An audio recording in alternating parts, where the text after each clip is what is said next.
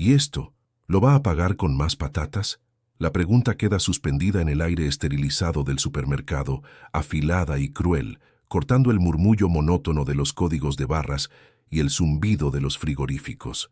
Por un instante, el tiempo se detiene. Un silencio denso, casi palpable, se extiende desde la caja número 7, y todas las miradas, antes perdidas en listas de la compra y pantallas de móvil, convergen en un único punto, en un hombre anciano, de espaldas encorvadas por el trabajo, y no por los años, cuyas botas de cuero, cuarteadas y cubiertas por una fina capa de polvo rojizo, parecen una ofensa directa contra el suelo de mármol blanco, pulido hasta reflejar las luces de neón como un espejo sin alma. Una risa nerviosa, casi un resoplido, se escapa de un hombre de traje que espera detrás. Es la chispa que enciende la pradera. Pronto, la risa se contagia, convirtiéndose en un coro de sonrisas condescendientes y cuchicheos mal disimulados. La cajera, una joven llamada Laura, con el cansancio grabado en las comisuras de los labios, mantiene una sonrisa burlona, un pequeño trofeo de poder en su jornada gris. Se siente validada, la directora de un pequeño y miserable espectáculo donde el granjero es el payaso involuntario. Para ella, él no es una persona, es una interrupción, un anacronismo viviente que ha osado traer la tierra y la pobreza a su santuario de plástico y ofertas de 2 por 1. Arturo había entrado en el supermercado como quien entra en un país extranjero. El aire acondicionado, gélido y artificial, le golpeó el rostro acostumbrado al sol y al viento. Caminaba despacio, con el paso medido de quien conoce el ritmo de la siembra y la cosecha, un ritmo que chocaba violentamente con la prisa neurótica de los carritos metálicos que se cruzaban a su alrededor. Su presencia era una mancha de tierra en un lienzo inmaculado. La gente se apartaba a su paso, no por cortesía, sino con un gesto casi imperceptible de rechazo, como si el olor a campo que desprendía su ropa pudiera contaminar sus productos orgánicos envasados al vacío. Sus manos, grandes y callosas, con las uñas teñidas por la misma tierra roja de sus botas, empujaban una cesta de plástico que parecía ridículamente pequeña en comparación. Dentro solo lo esencial, una hogaza de pan rústico, un cartón de leche y un saco de arpillera lleno de patatas, aún con la tierra pegada a su piel. Eran patatas de verdad, imperfectas y desiguales, arrancadas de la tierra esa misma mañana. Un tesoro humilde en un mar de envoltorios brillantes y promesas de una vida más fácil, más rápida, más limpia. Cada artículo en las cestas de los demás gritaba modernidad, mientras que la suya susurraba una historia de sudor, paciencia y raíces. Al llegar a la cola, el contraste se hizo aún más doloroso. Delante de él, una mujer con ropa de yoga de diseño descargaba productos importados cuyos nombres Arturo ni siquiera sabía pronunciar. Detrás, el hombre del traje hablaba por teléfono, cerrando un negocio de cifras abstractas mientras miraba con impaciencia el modesto contenido de la cesta de Arturo. El aire se cargó de un juicio silencioso, una barrera invisible que lo aislaba del resto. Él era el pasado, ellos eran el futuro. Él era la lentitud de la naturaleza, ellos la velocidad implacable del progreso, y en ese universo no había lugar para él. Laura, la cajera, lo observaba con una mezcla de aburrimiento y desdén. Cada uno de sus movimientos era lento, deliberado. Colocó el pan en la cinta transportadora con cuidado, como si fuera algo sagrado. Luego la leche, y finalmente el saco de patatas, que aterrizó con un sonido sordo y orgánico, un sonido de verdad en medio de tanto artificio. Fue entonces cuando ella, buscando la complicidad de su público, lanzó la pregunta. La humillación no estaba en las palabras, sino en la intención, en el tono, en la pausa calculada para que todos pudieran disfrutar del momento. ¿Va a pagar con más patatas? La frase se repitió en la mente de Arturo, pero su rostro permaneció impasible. No había ira en sus ojos, ni vergüenza, solo una calma profunda, una serenidad que parecía nacer de la misma tierra que cubría sus botas. Sus ojos, de un azul desvaído por el sol, reflejaban una sabiduría antigua, una paciencia forjada a lo largo de incontables estaciones. Era el silencio del roble que soporta la tormenta, el silencio del campo que espera la lluvia, un silencio que descolocaba a sus verdugos mucho más que cualquier grito. Citizen, hombre del traje envalentonado, añadió su propia nota de desprecio. Por favor, que se dé prisa, que algunos tenemos cosas importantes que hacer, no como otros, que parece que tienen todo el tiempo del mundo para contar patatas. Las risas volvieron, esta vez más fuertes, más seguras. Se sentían con derecho a hacerlo, a pisotear la dignidad de aquel anciano que no encajaba en su mundo. Era un acto de purificación social, de reafirmación de su propio estatus. Al humillarlo a él, se elevaban a sí mismos. Arturo no respondió. Simplemente bajó la mirada hacia un viejo maletín de cuero que había depositado a sus pies. El maletín estaba tan desgastado como sus botas, con las esquinas rosadas y el asa reparada con cinta aislante. Parecía un objeto sacado de otra época, un arca que guardaba secretos de un tiempo olvidado. Su mano callosa se posó sobre la tapa, acariciando el cuero agrietado con una familiaridad que hablaba de décadas de compañía. Era un gesto casi imperceptible, pero cargado, de un significado que nadie en aquella fila podía comprender. La cajera, impaciente, golpeó la pantalla táctil con la uña. «Bueno, ¿va a pagar o no?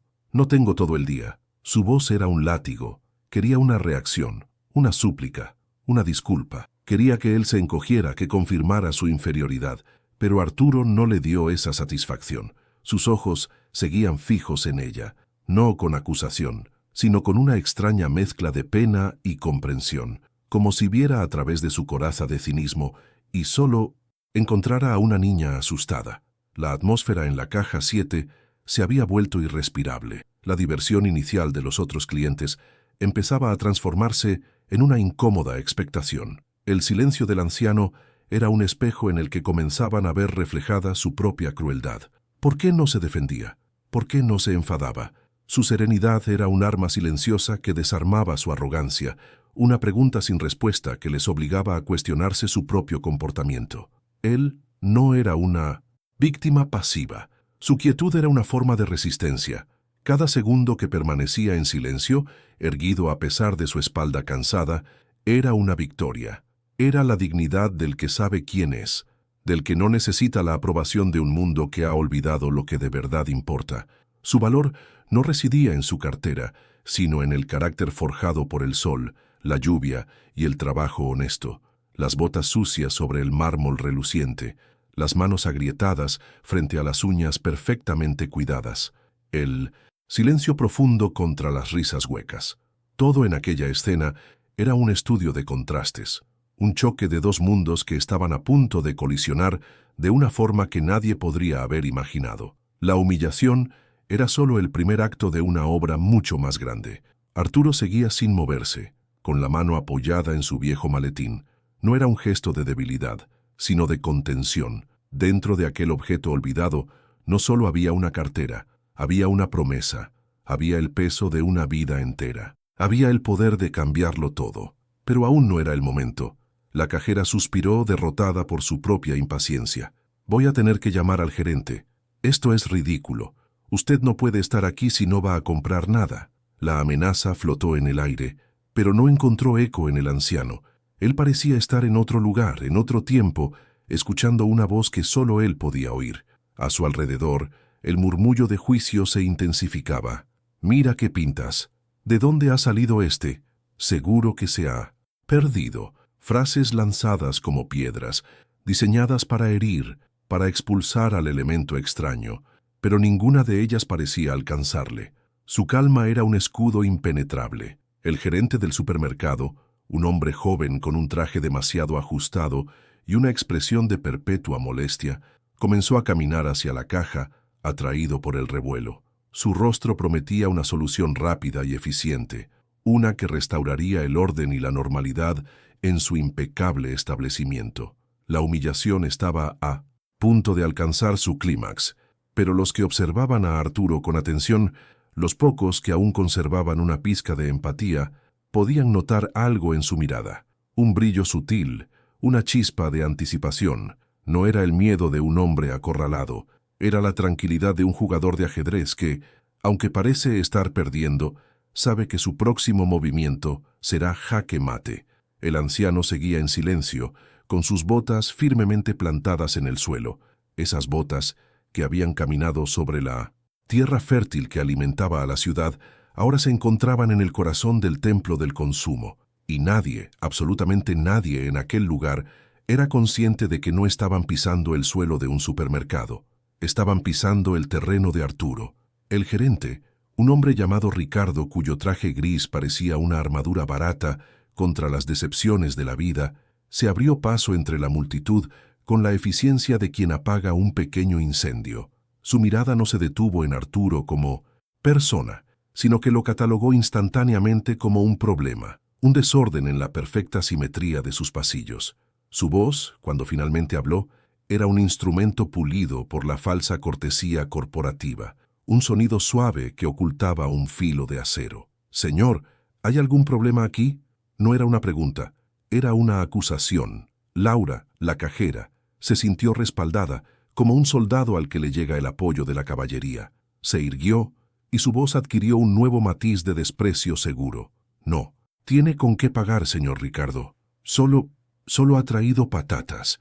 La palabra patatas fue pronunciada como si fuera un insulto, una obscenidad. El eco de la humillación inicial volvió a resonar, más fuerte esta vez, validado por la autoridad. El aire se volvió más frío, más denso, y Arturo sintió el peso de todas esas miradas clavándose en su espalda como pequeños alfileres de hielo, pero en su mente no estaba allí.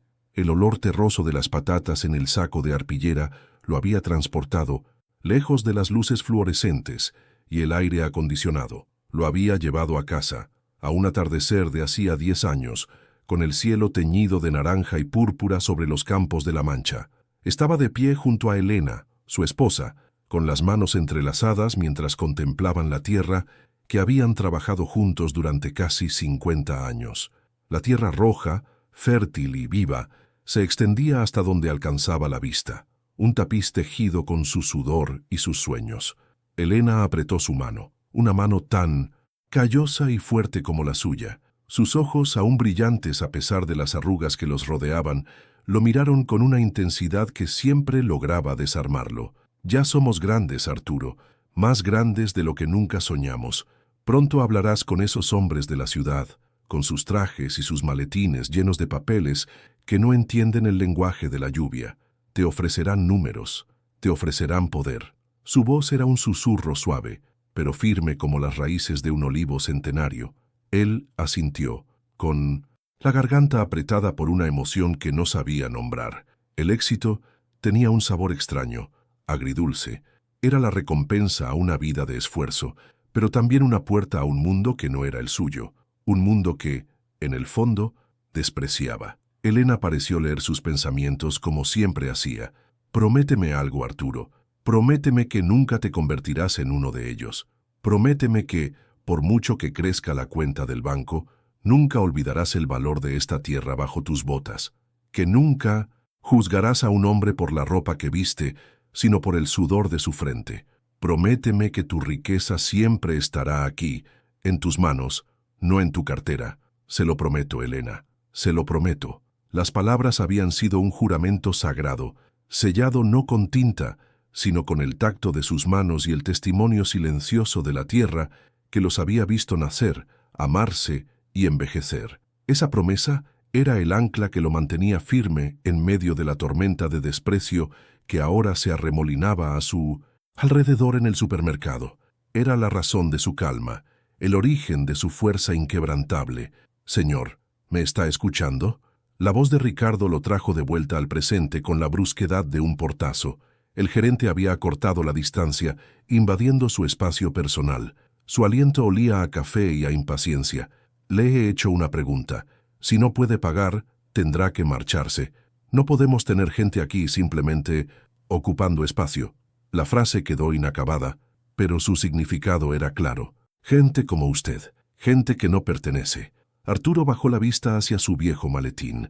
El cuero gastado parecía absorber la luz agresiva del local, guardándola en sus pliegues como un secreto. Cada arañazo en su superficie era un recuerdo, cada mancha una historia. Aquel maletín había viajado con él a reuniones en despachos de cristal, donde se decidía el destino de miles de hectáreas.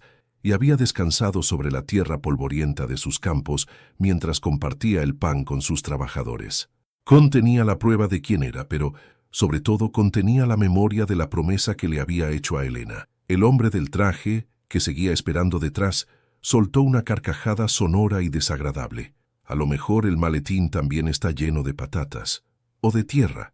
La ocurrencia fue celebrada con nuevas risitas por parte de la cajera y algunos curiosos que se habían acercado a disfrutar del espectáculo. La humillación ya no era sutil, era un deporte de equipo, y Arturo era el blanco. Lo estaban despojando de su humanidad, convirtiéndolo en una caricatura, en el viejo loco del campo que se ha perdido en la ciudad, pero ellos no podían ver lo que él veía.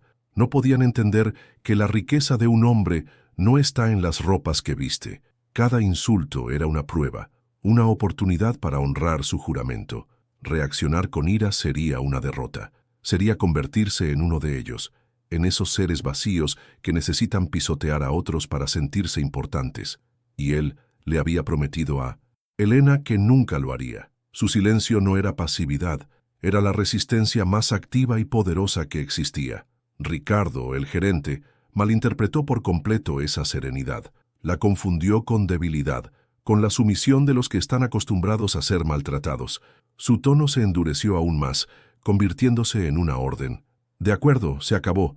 Deje esa cesta ahí y váyase. Ahora. Levantó una mano, a punto de llamar a los guardias de seguridad que vigilaban la entrada, listo para culminar la expulsión del elemento discordante. La gente en la cola contuvo el aliento.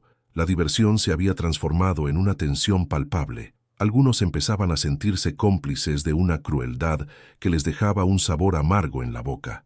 La escena había dejado de ser graciosa. Ahora era simplemente triste, el abuso de poder en su forma más mezquina y cotidiana. Se preguntaban por qué el anciano no se defendía, por qué no gritaba, por qué no suplicaba. Su dignidad silenciosa era un enigma que los incomodaba profundamente. Arturo levantó la cabeza lentamente. Sus ojos azules, que parecían contener la vasta paciencia del cielo castellano, se encontraron con los de Ricardo. No había miedo en ellos, ni siquiera había ira. Había algo mucho más profundo, casi insondable, una especie de compasión, como la que un roble milenario podría sentir por una hoja que cae. Vio en el gerente no a un verdugo, sino a un prisionero de su propia insignificancia. Recordó otra tarde, años atrás, una tormenta de granizo había arrasado la mitad de la cosecha. La ruina parecía inevitable. Él se había derrumbado, con la cara entre las manos, sintiendo el peso del fracaso. Helena se había sentado a su lado, en silencio, hasta que él levantó la vista. Entonces, ella le dijo con su voz tranquila: «La tierra nos pone a prueba, Arturo. Nos quita, pero siempre vuelve a dar. Nuestra fuerza no está en evitar la tormenta, sino en seguir de pie cuando ha pasado, en saber que las raíces son más fuertes que el viento». Y ahora esta era su tormenta, una tormenta de palabras afiladas y miradas crueles.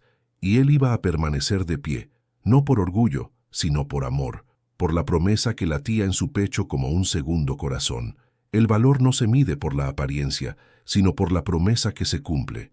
La frase resonó en su interior, dándole la fuerza que necesitaba para el siguiente movimiento. Ignorando la mano levantada del gerente y los susurros de la multitud, Arturo se inclinó con una calma que parecía detener el tiempo. Sus manos callosas, las mismas que habían arrancado las patatas de la tierra esa misma mañana, se posaron sobre los cierres metálicos de su viejo maletín. No había prisa en su gesto. Cada movimiento era deliberado, cargado de un peso que nadie en aquel supermercado podía empezar a comprender. Ricardo se quedó paralizado, con la orden a seguridad a medio camino de sus labios. ¿Qué estaba haciendo? Iba a sacar una cartera vacía, unas pocas monedas para suplicar clemencia. La cajera lo miraba con los ojos muy abiertos, una mezcla de curiosidad y desdén pintada en su rostro. La atmósfera se cargó de una electricidad extraña. El público del pequeño circo de la humillación se inclinó instintivamente hacia adelante, como si no quisieran perderse el acto final. El primer cierre del maletín se abrió con un chasquido metálico, un sonido seco y definitivo que cortó el murmullo de la tienda como un disparo. Luego el segundo. El chasquido resonó en el silencio expectante. Un sonido anacrónico, un eco de un mundo de cuero y acero en un universo de plástico y códigos de barras. La gente se preguntaba por qué no reaccionaba con furia, por qué no se marchaba avergonzado. No entendían que Arturo no estaba acorralado. Estaba exactamente donde necesitaba estar, a punto de cumplir la parte más difícil de su promesa, demostrar que la dignidad no tiene precio y que las raíces más profundas son las que crecen en el corazón. Los dos cierres metálicos del maletín de Arturo se abrieron, con un sonido seco y definitivo, dos notas de un tiempo pasado que resonaron en el silencio artificial del supermercado. El murmullo cesó por completo. Todas las miradas, antes cargadas de desprecio y burla, se clavaron en la boca oscura del viejo maletín, ahora convertida en el centro del universo de la caja 7. La expectación era tan densa que se podía cortar con un cuchillo. Esperaban la rendición final, unas pocas monedas sueltas, una cartera vacía, la prueba definitiva de su miseria para poder cerrar el telón de aquel lamentable espectáculo y volver a sus vidas ordenadas. Ricardo, el gerente, cruzó los brazos sobre el pecho, una postura de poder que apenas lograba disimular su creciente irritación. La paciencia del anciano era un insulto directo a su autoridad, a la eficiencia de su reino de estanterías y ofertas. Esto ya no era un simple problema logístico, se había convertido en un desafío personal. Su sonrisa de falsa cortesía se había desvanecido, reemplazada por una mueca de impaciencia. «Se acabó el teatro, abuelo. O saca el dinero o llamo a seguridad para que le acompañen a la salida». Su voz era un látigo, diseñada para quebrar la última brizna de resistencia. Pero Arturo no se quebró, ni siquiera pareció oír la amenaza. Levantó la vista del maletín y sus ojos, de un azul lavado por incontables amaneceres, se encontraron con los de Ricardo. No había desafío en ellos, ni miedo, sino una calma profunda, casi pedagógica. Era la mirada de un maestro paciente ante un alumno testarudo. Su voz cuando habló fue apenas un susurro, pero resonó en el silencio con la fuerza de una verdad inmutable. «El respeto no se compra, señor, se conquista». La frase, sencilla y directa, flotó en el aire como una semilla, buscando tierra fértil en la conciencia de los presentes. Por un instante, Ricardo se quedó sin palabras. La respuesta no encajaba en ninguno de sus protocolos de gestión de conflictos. Esperaba una súplica, una disculpa, incluso un insulto, no una lección de filosofía de un hombre con las botas sucias. Fue el hombre del traje detrás de Arturo, quien rompió el hechizo con una carcajada estridente y forzada. «Pero bueno, ¿ahora nos va a dar un sermón? Déjese de refranes de pueblo y pague o lárguese. Algunos tenemos que cerrar tratos que valen más que toda su cosecha de patatas». La grosería del comentario devolvió a la escena su atmósfera de linchamiento, pero algo había cambiado. Las risas que siguieron fueron más débiles, más nerviosas. La certeza del grupo se había agrietado. La frase del anciano, tan simple y tan cierta, había actuado como un espejo, y a nadie le gustaba el reflejo que devolvía. Una mujer que estaba más atrás en la cola apartó la mirada, de repente avergonzada. Un adolescente que grababa la escena con su móvil bajó el teléfono lentamente, sintiendo una punzada de algo que se parecía a la vergüenza. La diversión se había agriado, convirtiéndose en una crueldad incómoda de la que ahora eran cómplices silenciosos. Arturo, sin embargo, parecía ajeno a estas corrientes subterráneas. Para él las palabras hirientes eran como el viento que azota un roble centenario. Podían arrancar algunas hojas secas, hacer crujir las ramas, pero eran incapaces de tocar sus raíces, hundidas profundamente en la tierra de sus principios. Esas raíces se alimentaban de la promesa hecha a Helena, de cada surco arado al amanecer, de cada cosecha recogida con sus propias manos. Él no era un árbol solitario, era un bosque entero de memoria y dignidad. Y el gerente, con su traje barato y su poder prestado, no era más que una ráfaga de aire pasajera. La resistencia pasiva de Arturo era más exasperante para Ricardo que cualquier confrontación directa. Sentía que su autoridad se disolvía ante la serenidad de aquel hombre. Necesitaba reafirmarse, demostrar quién mandaba en aquel lugar. Perdiendo los últimos vestigios de compostura, dio un paso adelante y su mano se cerró sobre la cesta de plástico de Arturo, intentando arrancársela. «He dicho que se acabó. Fuera de mi tienda ahora mismo». El gesto fue la gota que colmó el vaso. Un jadeo colectivo recorrió la fila. La humillación verbal había cruzado la frontera hacia la agresión física. Dos guardias de seguridad, apostados cerca de la entrada, interpretaron el gesto del gerente como una señal y comenzaron a caminar con paso resuelto hacia la caja. El final parecía inevitable. La expulsión del viejo granjero era inminente. El orden sería restaurado. Pero Arturo no reaccionó a la mano que aferraba su cesta. No se movió. Su atención seguía fija en el interior de su maletín, como si buscara un objeto concreto en un lugar que solo él conocía. Su calma ante la escalada de violencia era desconcertante, casi sobrenatural. Sus dedos callosos, acostumbrados al tacto de la tierra y las herramientas, se movieron con una lentitud deliberada dentro del maletín. Rozaron una pequeña fotografía con los bordes gastados, la cara sonriente de Elena, y por un segundo, una infinita ternura suavizó su expresión. Luego sus dedos encontraron lo que parecían buscar, una vieja cartera de cuero, tan desgastada como el propio maletín. Ricardo soltó una risa amarga al verla. Vaya, por fin, a ver cuántas telarañas salen de ahí. Se sentía victorioso creyendo que el anciano por fin había cedido, listo para mostrar el contenido miserable de su cartera. Arturo sacó la cartera y la sostuvo en su mano por un momento, pero no la abrió.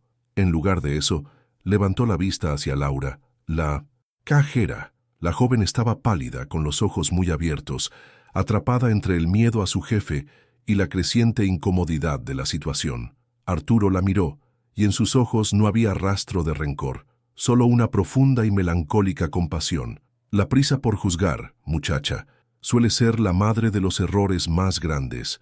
Las palabras, dichas en voz baja, fueron solo para ella, una última oportunidad ofrecida en medio del caos. Luego, con un gesto que dejó a todos perplejos, depositó la cartera cerrada sobre el mostrador junto al pan y la leche, sin hacer el menor intento de abrirla. El gesto fue una declaración. No era esa su respuesta. La mano de Arturo volvió a sumergirse en la oscuridad del maletín, ignorando por completo a los guardias que ya estaban a su lado, esperando la orden final de Ricardo para actuar. La tensión en el aire era casi eléctrica. Si no era dinero lo que buscaba, ¿qué demonios estaba haciendo? El hombre del traje bufó con impaciencia. Esto es el colmo del ridículo. Sáquenlo de aquí de una vez. Pero su voz sonó hueca. Nadie le prestó atención. Todos los ojos estaban fijos en la mano de Arturo, que ahora emergía lentamente del maletín, y esta vez no sostenía una cartera. Sus dedos, firmes y seguros, agarraban el borde de una gruesa carpeta de cartón de un color azul desvaído por el tiempo. No era un objeto que encajara en la escena. Parecía demasiado formal, demasiado importante. Arturo colocó la carpeta sobre el mostrador con el mismo cuidado con el que un agricultor deposita la primera semilla de la temporada. El golpe sordo del cartón sobre la superficie metálica fue el único sonido en todo el supermercado. El tiempo pareció congelarse. Los guardias detuvieron su avance. Ricardo se quedó con la boca entreabierta, la orden de expulsión atascada en su garganta. La multitud contuvo el aliento, sintiendo que el guión de la obra que estaban presenciando estaba a punto de dar un giro completamente inesperado. El anciano ya no parecía una víctima, acorralada. Su espalda, antes encorvada por el cansancio, pareció enderezarse. Su rostro, marcado por el sol y los años, adquirió una expresión de autoridad serena, la de un rey que ha vuelto a ocupar su trono. Sus ojos ya no reflejaban solo paciencia, ahora brillaban con la luz de una justicia inminente. Con un movimiento lento y deliberado, sus manos callosas se posaron sobre la tapa de la carpeta, preparándose para desvelar el secreto que cambiaría las reglas del juego para siempre. La carpeta de cartón azul desvaído reposaba sobre el mostrador, un objeto anacrónico en un altar de acero inoxidable y tecnología. Era un arca silenciosa que contenía un trueno a punto de estallar. Las manos de Arturo, firmes y sin un solo temblor, se posaron sobre la tapa. No había prisa en su gesto. Era la liturgia de un hombre que respeta el peso de sus propias acciones, el ritual de quien está a punto de cambiar el curso de un río. El mundo entero pareció reducirse a ese pequeño rectángulo de cartón, a las manos que lo abrían y a los ojos que esperaban conteniendo la respiración. El primer sonido Fue el leve rasgar del papel viejo. Arturo deslizó hacia afuera una única hoja, doblada en 4, con los pliegues amarillentos por el tiempo. La desdobló con el cuidado de quien maneja un mapa antiguo y la deslizó sobre el mostrador, girándola para que Ricardo, el gerente, pudiera leerla. No era un contrato multimillonario, no era un extracto bancario, era algo mucho más fundamental, más terrenal. Era la escritura de propiedad del solar sobre el que se levantaba el supermercado. El papel, fechado 30 años atrás, mostraba un terreno baldío y en la parte inferior una firma clara y rotunda: Arturo Vega. Ricardo se inclinó, entrecerrando los ojos. Su cerebro, programado para entender códigos de barras y márgenes de beneficio, luchaba por procesar la información. ¿Una escritura? ¿Qué significaba eso? Una sonrisa burlona asomó a sus labios. Un último espasmo de su arrogancia, moribunda. ¿Y pretende que me crea esto? ¿Una falsificación barata? Cualquiera puede imprimir un papel, señor. Váyase o le juro que... Pero su voz se apagó, porque Arturo, con una calma desarmante, deslizó un segundo documento junto al primero. Era un contrato de arrendamiento a largo plazo, firmado entre él, Arturo Vega, como arrendador, y la central de la cadena de supermercados, como arrendataria. Su dedo índice, con la uña teñida de tierra, se posó sobre la cláusula de renovación anual. Un silencio espeso, casi sólido, cayó sobre la caja 7. Ya no era un silencio de expectación, sino de conmoción. La gente en la cola, que hasta hacía un momento se reía, ahora se miraba con los ojos desorbitados. El hombre del traje dio un paso atrás instintivamente, como si el suelo bajo sus pies se hubiera vuelto inestable. Laura, la cajera, se llevó una mano a la boca y sus ojos se llenaron de un pánico helado. El anciano al que habían estado humillando no era un intruso, era su casero, era el dueño del mismísimo suelo que pisaban. La revelación fue como una onda expansiva silenciosa que reconfiguró la realidad de todos los presentes. Pero Arturo no había terminado. Su mano volvió al interior de la carpeta azul. Esta vez extrajo un dossier mucho más grueso, encuadernado con anillas metálicas. Lo abrió por la primera página y lo colocó sobre los otros documentos. En la parte superior, en letras grandes y elegantes, se leía el nombre de una empresa, Tierras Fértiles Ibéricas, y, debajo, un eslogan: de nuestra tierra a su mesa. Era el logo que adornaba el lateral de los camiones de reparto que abastecían el supermercado cada mañana. Era la marca de la mayoría de las frutas, verduras y hortalizas que llenaban los estantes. Ricardo levantó la vista del papel. Su rostro era una máscara de cera pálida. Sus labios se movían, pero no emitían ningún sonido. Con el mismo dedo calloso, Arturo pasó lentamente las páginas. Eran contratos de suministro, acuerdos logísticos, balances anuales. Cifras que hablaban de miles de toneladas de producto, de millones de euros en transacciones. Era la historia económica de una relación simbiótica. La tierra de Arturo alimentaba al supermercado, y el supermercado existía sobre la tierra de Arturo. Él no era solo el casero, era el pilar fundamental sobre el que se sostenía todo el negocio. Era el corazón que bombeaba la sangre, que daba vida a aquel cuerpo de hormigón y neón. El hombre del traje, que se había jactado de cerrar tratos que valían más que toda la cosecha del anciano, sintió que el aire le faltaba. Las cifras que veía en esos papeles empequeñecían sus pequeños negocios hasta convertirlos en polvo. Se sintió ridículo, un niño presuntuoso jugando con monedas de chocolate frente al dueño de la fábrica. Intentó retroceder un poco más, fundirse con la multitud, desaparecer, pero no había escapatoria. Era prisionero del escenario que él mismo había ayudado a construir. Laura ya no podía contener las lágrimas. Rodaban silenciosas por sus mejillas, trazando surcos de rímel corrido. La frase «lo va a pagar con más patatas» resonaba en su cabeza como el martilleo de una sentencia. Había escupido sobre la mano que le daba de comer, se había burlado de la fuente misma de su sustento. Su desprecio, que le había parecido un pequeño acto de poder, se revelaba ahora como un acto de ignorancia suicida. La vergüenza era un fuego que la consumía por dentro, tan intenso que le costaba respirar. Ricardo finalmente encontró su voz, pero era un hilo tembloroso, irreconocible, Yo no lo sabía. Señor Vega, por favor. Sus manos, antes firmes y autoritarias, ahora temblaban como hojas secas. Intentó componer una disculpa, pero las palabras se atropellaban en su boca, formando un balbuceo incoherente. Se estaba desmoronando. Su armadura de gerente barato se hacía pedazos, revelando al hombre pequeño y asustado que había debajo. Y entonces llegó el golpe de gracia. Con una lentitud casi ceremonial, Arturo extrajo el último documento de la carpeta.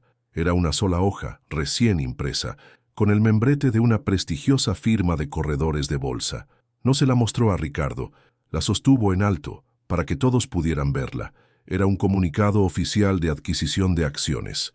Fechado esa misma mañana, anunciaba que Arturo Vega, a través de su conglomerado Tierras Fértiles Ibéricas, había ejecutado una compra masiva de acciones, convirtiéndose, con efecto inmediato, en el accionista mayoritario de toda la cadena de supermercados. El silencio que siguió a esta última revelación fue absoluto, profundo, casi sagrado. El zumbido de los frigoríficos, el pitido de las otras cajas, todo pareció desvanecerse.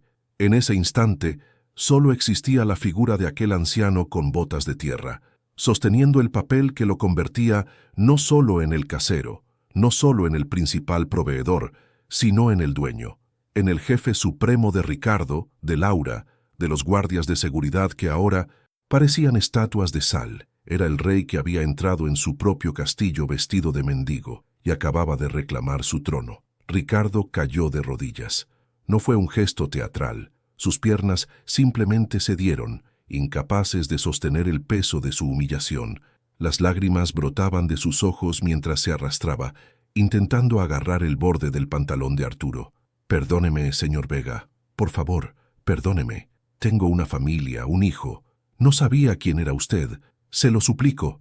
Era un espectáculo patético, el poderoso de hacía 5 minutos reducido a un gusano suplicante. Arturo lo miró, y por primera vez, una emoción distinta a la calma cruzó su rostro. Era una profunda tristeza. Retiró suavemente la pierna, y su voz, aunque baja, resonó con la autoridad de una montaña. «Póngase de pie.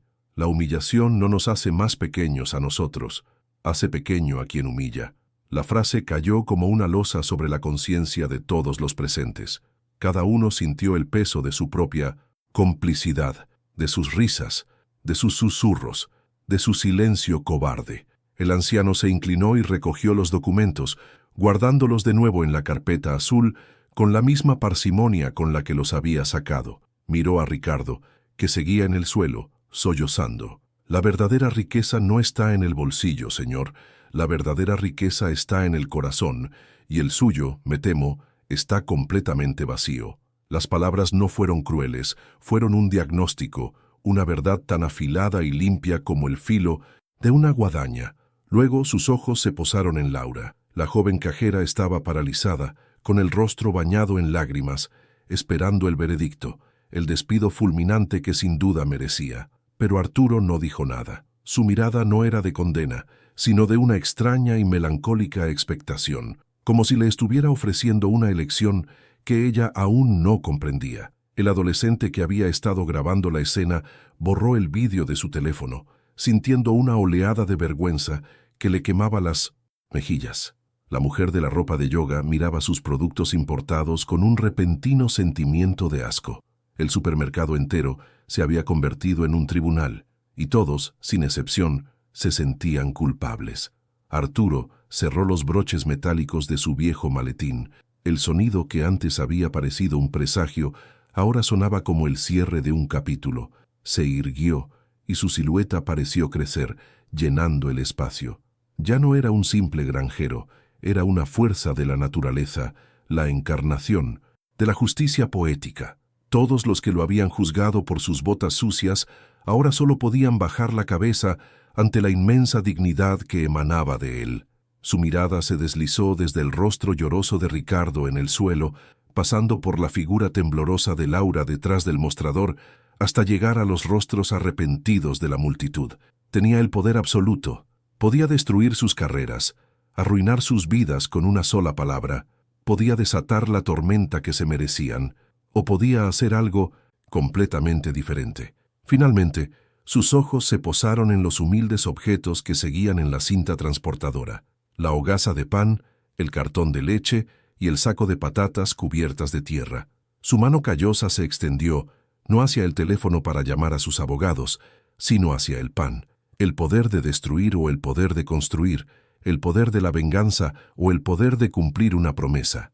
Y nadie, absolutamente nadie, en aquel supermercado transformado en un santuario de silencio, sabía qué camino tomarían aquellas manos que habían pasado la mañana arrancando patatas de la tierra. La mano de Arturo, la misma que había arrancado las patatas de la tierra y había desvelado un imperio oculto en una carpeta de cartón, se movió con una lentitud insoportable. Todos los ojos la siguieron, esperando el gesto de poder definitivo, una llamada a sus abogados, una orden fulminante, la firma invisible de una sentencia de despido.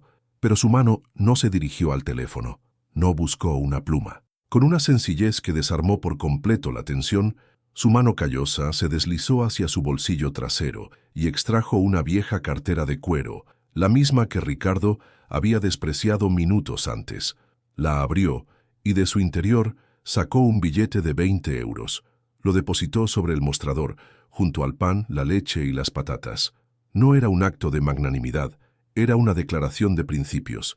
Él no tomaba lo que no era suyo, ni siquiera cuando era suyo. Respetaba el trabajo, el sistema, la dignidad de cada transacción, por pequeña que fuera. Su mirada se encontró con la de Laura, la cajera, cuyos ojos anegados en lágrimas reflejaban el abismo de su propio error. Arturo empujó suavemente el billete hacia ella. «Cóbrese, por favor». Su voz era tranquila, sin un ápice de triunfo o rencor. Era la voz de la tierra después de la lluvia, serena, limpia, fértil. Laura, con manos temblorosas que apenas podían obedecerla, escaneó los productos. El pitido del código de barras sonó casi como un sacrilegio en el silencio reverencial. Mientras ella contaba el cambio, Arturo se inclinó ligeramente hacia ella y su voz se convirtió en un susurro que era solo para sus oídos, pero cuya lección resonaría en todos los que la intuyeron. «Estas patatas, muchacha, han pagado tu sueldo y el de todos en esta tienda durante muchos años.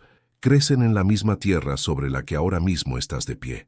Son más valiosas de lo que nunca podrás imaginar. Espero que a partir de hoy, cuando las veas, las mires con otros ojos». No era una amenaza. Era una invitación a ver el mundo de otra manera, a entender que el valor real de las cosas no está en el precio, sino en el origen. Luego, su mirada se posó en Ricardo, que seguía hecho un ovillo en el suelo, una caricatura patética del hombre que había sido. Arturo no le ofreció una mano para levantarse. El respeto, como había dicho antes, se conquista. «Póngase de pie, Ricardo. El lunes no quiero verle en esta oficina». El gerente cerró los ojos, esperando el golpe final. «Quiero verle en mi finca al amanecer. Va a pasar una semana trabajando la tierra con mis hombres. Va a aprender a distinguir una patata de siembra de una de consumo. Va a sentir el peso de la tierra en sus manos y el sol en su nuca. Y solo cuando entienda de dónde viene cada céntimo que gana esta empresa, podrá volver a sentarse detrás de un escritorio». Era un castigo mucho más profundo que el despido. Era una condena a la humildad, una oportunidad forzosa de redención. Sin decir una palabra más, Arturo recogió su cambio, lo guardó en la cartera y metió sus compras en una bolsa de tela que sacó de su maletín. Se giró para marcharse. La multitud, que antes le había cerrado el paso con desprecio, ahora se abrió como las aguas del Mar Rojo, creando un pasillo de silencio y vergüenza. Nadie se atrevía a mirarle a los ojos. Caminó con el mismo paso lento y deliberado con el que había entrado, sus botas de tierra marcando un camino de autenticidad sobre el mármol impoluto. Al salir por las puertas automáticas, el aire artificial del supermercado dio paso al aire fresco del atardecer, y Arturo respiró hondo, como un hombre que vuelve a casa después de un largo viaje por un país extraño y hostil. El sol poniente teñía los campos de la Mancha de un oro líquido, un color que ninguna luz artificial podría jamás imitar. El aroma a tierra húmeda y a heno recién cortado era el perfume de su vida. A lo lejos, vio a sus trabajadores reunidos junto al viejo caserón. sus rostros marcados por la misma incertidumbre que él había sentido en la ciudad. Al verlo llegar en su vieja furgoneta, un murmullo de expectación recorrió el grupo. Arturo bajó del vehículo, no con el maletín del poder en la mano, sino con la bolsa de la compra. Depositó el pan y la leche sobre una larga mesa de madera que servía para las comidas comunitarias. Luego, sacó el saco de patatas, el mismo que había sido objeto de burla, y lo vació sobre la mesa. Las patatas rodaron, imperfectas, terrosas, hermosas en su autenticidad. Los hombres lo miraron sin entender. Entonces Arturo abrió la puerta de la furgoneta de nuevo y sacó la carpeta azul, la abrió sobre el capó y les mostró el contrato que acababa de firmar en la notaría esa misma tarde. Un contrato que no solo renovaba sus acuerdos de suministro, sino que creaba una cooperativa, convirtiendo a cada uno de ellos en socios de la tierra que trabajaban. Aseguraba sus empleos, sus familias, su futuro. Era la promesa cumplida. Una explosión de júbilo y alivio estalló entre los hombres. Hubo abrazos, lágrimas de alegría y palmadas en la espalda del viejo Arturo, que recibía el afecto con una sonrisa cansada, pero profundamente feliz. Había luchado en la jungla de asfalto no por él, sino por ellos, por la promesa que le hizo a Elena de que su riqueza siempre estaría en sus manos, en su comunidad, no en una cuenta bancaria. Esa noche, la cena fue un festín sencillo pero sagrado. Asaron aquellas patatas en las brasas, y su sabor era el sabor de la victoria, de la dignidad, de la tierra que les pertenecía. Mientras el cielo se teñía de añil y las primeras estrellas comenzaban a parpadear, Arturo se sentó un poco apartado, contemplando la escena. Vio a los hijos de sus trabajadores, sus nietos de corazón, correteando descalzos por el campo, sus risas mezclándose con el canto de los grillos. Sintió una paz que ningún imperio empresarial podría comprar. Elena no estaba allí físicamente, pero su presencia era tan real como la brisa que agitaba las hojas de los olivos. Había mantenido su palabra, había demostrado que se puede ser grande sin dejar de ser humilde, que se puede ser poderoso sin aplastar a nadie. Un joven agricultor, el hijo de su capataz, se acercó y se sentó a su lado, ofreciéndole un vaso de vino. «Gracias, Arturo. Hoy nos ha enseñado mucho». Arturo asintió, mirando las estrellas. «No, hijo. La tierra nos lo enseña todo cada día. Solo hay que saber escucharla. Nos enseña que las raíces más fuertes son las que crecen en la oscuridad. Nos enseña que la cosecha más valiosa no es siempre la más bonita por fuera. Y nos enseña que el carácter de un hombre, como el de un buen vino, se forja con el tiempo, la presión y el respeto a la tradición. La verdadera riqueza no se lleva en el bolsillo, sino en las manos que trabajan y en el corazón que comparte». Era la lección final, la moral universal que flotaba en el aire perfumado de la noche castellana. Nunca juzgues a un hombre por las botas que calza, porque quizás esas botas han caminado por los surcos que te dan de comer. Nunca desprecies la sencillez, porque a menudo es el disfraz de la más grande de las fortalezas. La noche cayó por completo, envolviendo la finca en un manto de serenidad. Las luces del caserón parecían una constelación más, un faro de humanidad en la inmensidad del campo. Arturo cogió una de las patatas asadas, su piel chamuscada, su interior tierno y blanco. La sostuvo en la palma de su mano, un tesoro humilde y perfecto, y en ese instante, en el silencio agradecido de su gente, en la paz de su tierra, en el cumplimiento de su promesa, comprendió la verdad más profunda de su existencia, una verdad que ahora resonaba en el corazón de todos los que habían presenciado su viaje. Hoy sé que la verdadera riqueza está en el carácter. Cada acto se abrirá con una herida, una frase lanzada como una piedra que rompe la superficie del agua y crea ondas que se extienden hasta el final. Comenzaremos en el corazón mismo del conflicto, con el eco de una pregunta cargada de veneno. ¿Va a pagar con patatas? Esta frase no es solo un gancho, es el estigma, la marca de fuego que el mundo de las apariencias intenta imponer sobre Arturo. Es la pregunta que la historia se encargará de responder, no con palabras, sino con el peso aplastante de la verdad. Cada nuevo acto volverá a este punto de dolor, recordándole al espectador por qué anhela la justicia, por qué necesita ver al roble, mantenerse firme frente al viento de la arrogancia. La narrativa entera será un lienzo pintado con los colores del contraste más absoluto, una batalla visual y simbólica en cada escena. Imagina el mármol del supermercado, frío y perfecto como una lápida, reflejando las luces artificiales que no dan calor. Y sobre esa superficie estéril, las botas de Arturo, cubiertas por el polvo rojizo de la mancha. Ese polvo no es suciedad, es la firma de la tierra, la prueba de una vida dedicada a crear, no a consumir. Verás el contraste en las manos, las de la cajera, con uñas pintadas, moviéndose con la velocidad mecánica de quien no siente su trabajo, frente a las de Arturo, agrietadas y poderosas, manos que conocen el lenguaje de las semillas y la lluvia.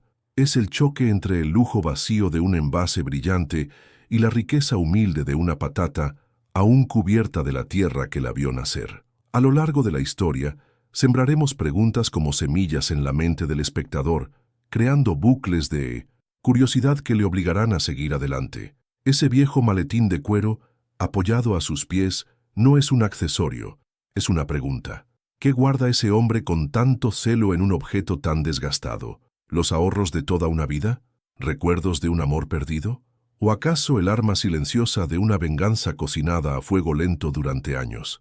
Cada vez que su mano roce el cuero agrietado, la pregunta volverá con más fuerza. Retrasaremos la respuesta, alimentando la tensión, convirtiendo ese maletín en el cofre del tesoro que todos anhelan ver abierto, sin sospechar que lo que contiene no es oro, sino el poder de cambiar el mundo que los rodea. Cada objeto en esta historia respira un significado, convirtiéndose en un símbolo potente de la lucha interna y externa. El sombrero de paja de Arturo no es solo para protegerse del sol, es su corona de humildad, el recordatorio constante de su lugar en el mundo natural. Sus botas sucias no son un signo de pobreza, sino sus raíces, el ancla que le impide ser arrastrado por las corrientes de la vanidad. La tierra roja que mancha sus uñas no es suciedad, es una medalla de honor, el pigmento de su esfuerzo. Y en el clímax, el contrato de millones, con sus cláusulas frías y su lenguaje legal, se convierte en el símbolo definitivo, la herramienta de su mundo, el mundo del poder y el dinero, que él debe empuñar, no para convertirse en ellos, sino para proteger a los suyos. Y al final, cuando el sol se ponga sobre los campos de Arturo y la justicia haya florecido como la más hermosa de las cosechas, la historia se volverá hacia ti. No terminará con un punto final, sino con una invitación. La lección de que el carácter vale más que cualquier fortuna no debe quedarse en la pantalla. Queremos que seas parte de esta cosecha de sabiduría. Declara en los comentarios cuál es para ti la frase que resume el legado de Arturo. Convierte su lección en tu mantra, porque esta no es solo la historia de un hombre y unas patatas, es el espejo en el que todos debemos mirarnos para recordar que la verdadera riqueza está en las raíces, no en las ramas.